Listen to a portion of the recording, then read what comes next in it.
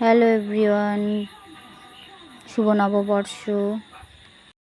Hello everyone, তো উঠে পড়েছি সকাল সকাল। আজকে আরও আগেই উঠেছি, একটু লেট হয়ে গেল আমার। তো এখন স্নান করব, সব কাজবাজ শেষ হয়ে গেছে। স্নান করে তারপর পুজো দেব। তো এখন টাটা, স্নানটা করে নিই, তারপর আবার তোমাদের সাথে আসছি। দেখো, আমি স্নান সেরে নিয়েছি, এখন পুজো দেবো।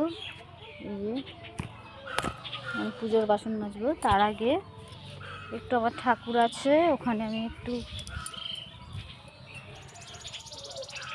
লেপবো। দেখো,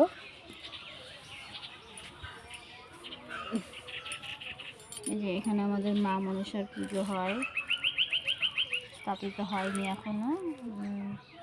প্রতি বছর পুজো হয়, এখনো মায়ের জন্য ঘর করতে পারিনি, কারণ আমাদের নিজেদেরও এখনো ঘর হয়নি। তো মায়ের জন্য ঘর করবো কী করে।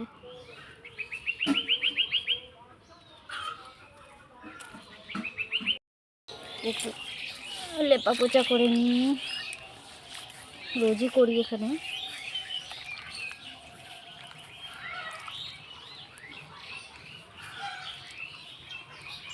তারপর যাবো আরেক জায়গায় পুজো দিতে।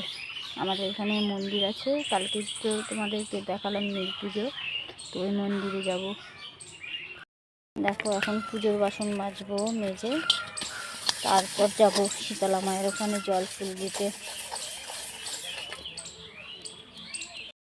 যাচ্ছি পুজো দিতে,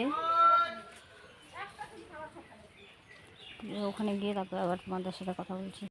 তো দেখো, চলে আসলাম মায়ের পুজো দিতে। এটা আমাদের শীতলা মা। শীতলা মায়ের পুজো দিয়ে আমরা কালী মায়ের পুজো দেবো। বাবা ভোলানাথও আছে। তো দেখো, এটা আমার দিদিভাই দিচ্ছিল, দিদিভাইয়ের পরে আমি দিয়েছি।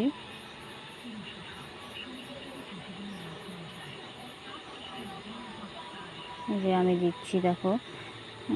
তো সবাই বলো কেমন হয়েছে ভিডিওটা, আর পারলে আমার চ্যানেলটাকে সাবস্ক্রাইব করে দিও, আর বেলটা বাজিয়ে দিও, তাহলে তোমাদের সবার কাছে ভিডিওগুলো পৌঁছাবে।